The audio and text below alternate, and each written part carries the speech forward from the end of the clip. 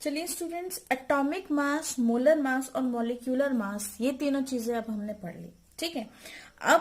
अब कुछ एक ऐसे एलिमेंट्स थे जिनके मासेस को जब हम देखा गया तो उसका आंसर ना ही आपके एटॉमिक मास के पास था, ना ही मोलर मास के पास था, ठीक है, ना ही मॉलिक्यूलर मासेस के पास था। फॉर एग्जाम्पल, जैसे कि सभी एलिमेंट्स का मास हम ले लेते हैं, जैसे कि हाइड्रोजन का मास मैंने ले लिया 1, है ना। नाइट्रोजन का मास मैंने ले लिया 14, ऑक्सीजन का मैंने ले लिया 16 और सल्फर का मैंने ले लिया 32। क्लियर है ये बात। लेकिन जब मैंने क्लोरीन की तरफ देखा, है ना, क्लोरीन का जो हम मास लेते हैं वो हम क्या लेते हैं 35.5। क्यों भाई 35.5 क्यों लेते हैं, ऐसा क्यों है? देखिए, क्लोरीन के दो आइसोटोप्स होते हैं, बहुत ध्यान से समझना, ठीक है। एक क्लोरीन जिसका एटॉमिक मास होता है 35, है ना, और एक क्लोरीन जिसका एटॉमिक मास होता है 37। ओके, हम इसको लिख सकते हैं एटॉमिक मास 35 AMU और इसको 37 AMU लिख सकते हैं कि नहीं? बिल्कुल क्लियरली लिख सकते हैं। अब देखिए, जो मास है क्लोरीन का, अगर इसका 35 है, इसका 37 है, ये कहां से आ गया भाई 35.5? तो यहाँ पे क्वेश्चन आता है। तो इस चीज को समझने के लिए एक नई टर्म आई, ठीक है, जिसको बोला जाता है, इन दोनों को मिला के एक नई टर्म, इन चीजों को समझने के लिए एक नई टर्म आई जिसको हम बोलते हैं average atomic mass. Average atomic mass, ठीक है। मतलब ये जो 35.5 है, ये आपका एवरेज एटॉमिक मास है, ठीक है, AAM है। AAM stands for average atomic mass, average atomic mass है, ठीक है। फॉर एग्जांपल देखिए, अब मैं इसको अच्छे से समझाती हूँ। जैसे कि हमारे पास है क्लोरीन। क्लोरीन 35 की जो अबंडेंस है वो आपकी होती है 75%। क्लियर है ये बात। वहीं पे अगर मैं बात करूं, क्लोरीन 37 की जो अबंडेंस होती है वो होती है 25%। इन दोनों को मिलकर बन गया आपका 100%, ठीक है।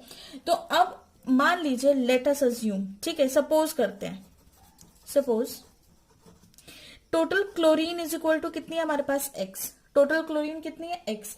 तो अगर मैं इसको X में से लूं तो मैं क्या लूंगी 75/100 इंटू X, ये लूंगी कि नहीं, है ना। उसी तरह अगर मैं यहां पर देखूं, ये क्या हो जाएगा 25/100, किसका पार्ट है X का, ये भी इसका पार्ट हुआ कि नहीं, ठीक है।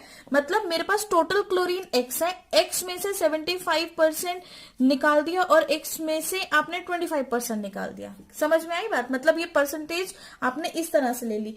अब ये क्या है, अबंडेंस है, ये तो मतलब इतनी परसेंटेज तो उसका प्रेजेंट है ही। तो अब हमारे पास जो एवरेज एटॉमिक मास जो होता है, देखिए एवरेज एटॉमिक मास, जो यहां पर एवरेज एटॉमिक मास है क्लोरीन का, वो किसके इक्वल होगा 75/100 इंटू X, होगा कि नहीं, ठीक है, इंटू 35, क्योंकि ये किसके लिए था 35 के लिए। Very very important.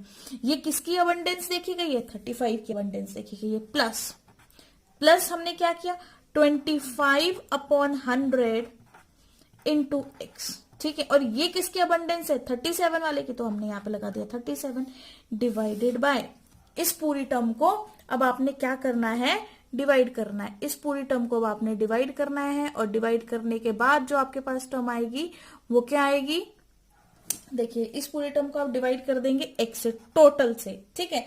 तो यहां से आपके पास जो आंसर आएगा वो आपके पास आएगा 35.5 AMU। क्लियर है सबको, ठीक है। उसी तरह से सिंपल अगर मैं एवरेज एटॉमिक मास का फॉर्मूला निकालूं, AAM एवरेज एटॉमिक मास, ठीक है, इसका अगर मैं सिंपल फॉर्मूला निकालूं तो M1X1, ठीक है, plus M2X2 plus dot dot dot dot dot, मतलब सो मेनी जितना भी होगा, divided plus divided by X1 plus X2, ठीक है। जो आपका X1 है और जो X2 है वो टोटल, जिसको आप X बोल देते हो। समझ में आया? जहां पे M1 रिप्रेजेंट कर रहा है आपकी ये परसेंटेज, ठीक है, प्लस M2 रिप्रेजेंट कर रहा है आपकी ये परसेंटेज, और यहाँ पे X1 इज 35 और X2 इज 37। समझ में आई ये बात, ठीक है। तो इसको और अच्छे से समझने के लिए एक न्यूमेरिकल सॉल्व करते हैं, वेरी इंपॉर्टेंट न्यूमेरिकल।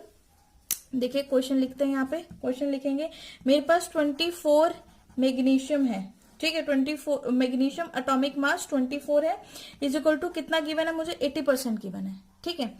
इसको थोड़ा ऊपर लिख देते हैं, लग नहीं रहा है, ये इसका एटॉमिक मास है। अब ठीक है, अब वहां पे मैग्नीशियम, मेरे पास मैग्नीशियम है जो कि 25 मैग्नीशियम है, इज इक्वल टू जो कि मुझे 10% गिवन है। और वहीं पे अगर मैं बात करूं कि मेरे पास मैग्नीशियम 26 है जिसकी अबंडेंस मुझे गिवन है 10%।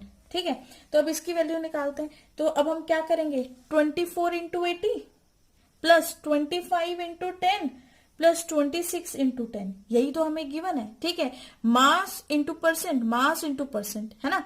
तो अब यहाँ पे वैल्यूज पुट करते हैं। देखिए पहला मास है 24, x1 क्या है यहाँ पे 80, तो डालिए 80 इंटू 80 किया आपने पहला, प्लस m2 क्या है यहाँ पे, m2 इज 25। ठीक है, और इसको x2 से मल्टीप्लाई करो जो कि आपका 10 आ गया।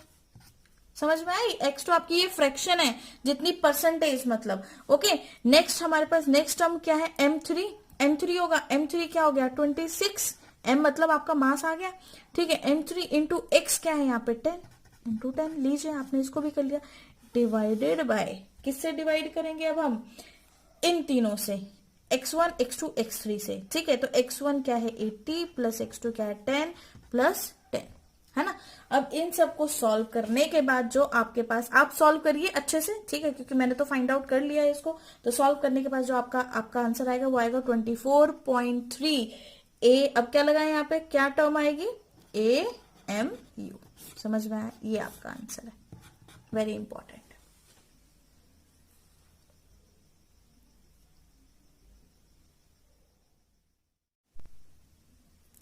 चलिए स्टूडेंट्स, अभी जितना भी हमने atomic mass, average atomic mass या फिर मॉलिक्यूलर मास से जो कुछ भी सीखा है उस पर एक दो क्वेश्चन सॉल्व कर लेते हैं।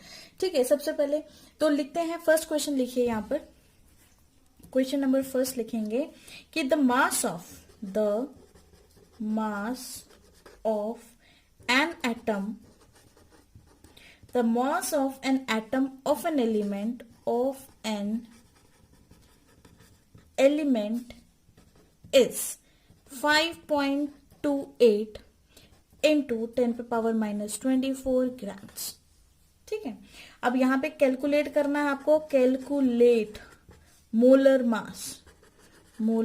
मास आपको कैलकुलेट करना है। आपको गिवन क्या है, the mass of an atom, एक एटम का मास गिवन है भाई साहब, मोलर मास निकाल दीजिए। ठीक है, तो देखिए अब इसको कैसे सॉल्व करेंगे। सबसे पहले तो हमें लिखना होता है कि हमें गिवन क्या क्या होता है। किसी भी न्यूमेरिकल को सॉल्व करने के लिए सबसे पहला जो आपका फंडा यही होना चाहिए कि सबसे पहले आप लिखे कि हमें क्या क्या गिवन है। ठीक है, तो पहले लिखेंगे मास of one atom, mass of one atom of an element, एक एलिमेंट का मास कितना गिवन है 5.28 इंटू 10⁻⁻24 ग्राम्स, ये गिवन है। ठीक है, अब हमारे पास, हमें पता है कि मोलर मास किसके इक्वल होता है, ये बात हमने मोलर मास में बहुत अच्छे से पढ़ी है। मोलर मास किसके इक्वल होता है, मास ऑफ वन मोल एटम। ठीक है, या मैं इसको लिखूं मास ऑफ वन एटम, एक एटम के मास को अगर मैं एवोगैड्रो नंबर से मल्टीप्लाई कर दूं तो mass of one mole atom ही तो बन जाएगा ना बच्चे। ठीक है, तो मैं इसको ऐसे भी लिख सकती हूँ, तो बस फिर क्या, कुछ बचा ही नहीं अब तो क्वेश्चन में। मास ऑफ वन एटम आपको गिवन है क्या 5.28 इंटू 10⁻⁻24 इंटू एवोगैड्रोस नंबर आपको पता ही है कितनी होती है वैल्यू, 6.022 इंटू 10⁻23 नॉट माइनस। ठीक है, इज इक्वल टू, इसको मल्टीप्लाई करके आंसर निकालिए, आपका आंसर आएगा अप्रोक्सीमेटली 31.6 इंटू 10⁻⁻1 जो कि किसके इक्वल होगा 3.16 ग्राम।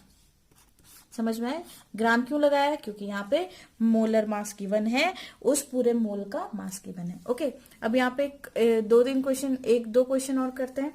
अब निकालेंगे मॉलिक्यूलर मास, आपको फाइंड आउट करना है, मॉलिक्यूलर मास फाइंड आउट करना है आपको। ठीक है, H2SO4 का मॉलिक्यूलर मास फाइंड आउट करें। देखिए कैसे करेंगे H2SO4 का मॉलिक्यूलर मास। हमारे पास दो हाइड्रोजन है, ठीक है, तो 2 इंटू 1 प्लस सल्फर कितना होता है 32 प्लस 4 इंटू 16, क्लियर हुआ। ठीक है, ये तो आपका 64 हो गया, plus 32 plus 2 is equal to 98। Total आपके पास कितना आ गया 98 आपका मास आ गया। ठीक है।